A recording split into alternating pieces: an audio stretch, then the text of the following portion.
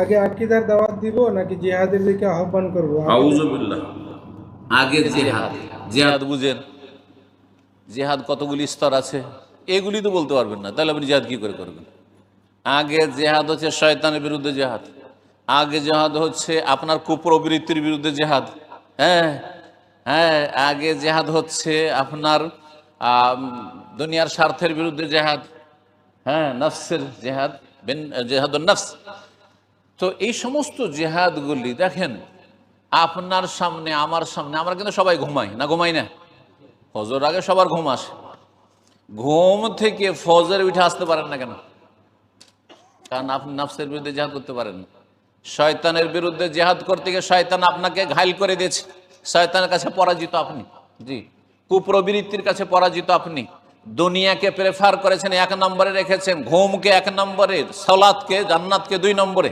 জি, ওয়া আসারাল হায়াতাদ দুনিয়া ফাইনাল জাহিমা হিয়াল মাওয়া। যে ব্যক্তি দুনিয়াকে প্রেফার করলো, ঘুমকে প্রেফার করলো, সেই ব্যক্তি কিসে জেহাদ করেছে? যেই ব্যক্তি ঘুমের কোরবানি দিতে পারে না, সেই ব্যক্তি জানের কোরবানি দিতে পারবে? এসব ফালতু কথা বলে লাভ নেই।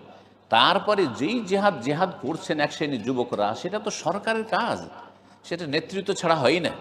সহিহ বুখারীর হাদিস, এইসব জঙ্গিদের মগজে থাকে না নাকি? ইন্নামাল ইমামের জন্য, ইমাম শাসক হচ্ছে, শাসকের কাজ এটি। শাসক ডাক দিয়েছেন ইবনে তাইমিয়া রাহিমাহুল্লাহ, তখন ছুটেছেন তিনি। শাসকের আগে বেড়ে আবু বকর সিদ্দিকের আমলে ওমর একা একা কথা এগুলো করে বেড়িয়েছেন নাকি? আরে ওমরও করেননি, ওসমানও করেনি, আলীও করেনি। ওমরের যুগে ওসমান আলী এগুলো করেন নাই না, ওমরের হুকুম হবে তখন করবে। শাসক ছাড়া হয় না। এসব অজ্ঞতা, আসলে দিন সম্পর্কে কিছুই জান না। দুহরব শিখে নিয়েছে, নামটা শুধু শিখে নিয়েছে জিহাদে, ব্যাস ব্যাস ফাসাদ করা শুরু করেছে। আল্লাহ হেদায়েত দান করুন। আপনি যে রাসূলুল্লাহ সাল্লাল্লাহু আলাইহি সাল্লাম 13 বছর মক্কায় থেকেছেন, তারপরে মদিনায় এসে দ্বিতীয় বছরে বদর, 13 আর 2 15, এতদিন পর্যন্ত অস্ত্র ধরা নিষেধ ছিল, নিষেধ ছিল। কুফু আইদিয়াকুম, আল্লাহ কোরআন বলছে, কোরআনের আয়াত। হাতকে গুটিয়ে রাখো, আবু জাহল মারলে মার খেয়ে থেকে যাও, মার খেয়ে থেকে যাও। জি, আল্লাহ কোরআনে বলছে। তারপরে বলা হল যে এখন যে মারবে তাকে মারো, সবাইকে নয়, কি স্তর পার করে। হ্যাঁ, আর আপনার কি ক্ষমতা আছে? হ্যাঁ, এ ঢিল আছে আর পাথর আছে, তাতেই এত সহজ? অন্যদের কাছে কি আছে চিন্তা করুন তো দেখি। তারপরে তার বেশ কিছু শর্ত, কন্ডিশন রয়েছে। আরে শরীর সুস্থ না থাকলে রোজাই ফরজ নেই, আছে? হুঁশ জ্ঞান না থাকলে নামাজ ফরজ নেই।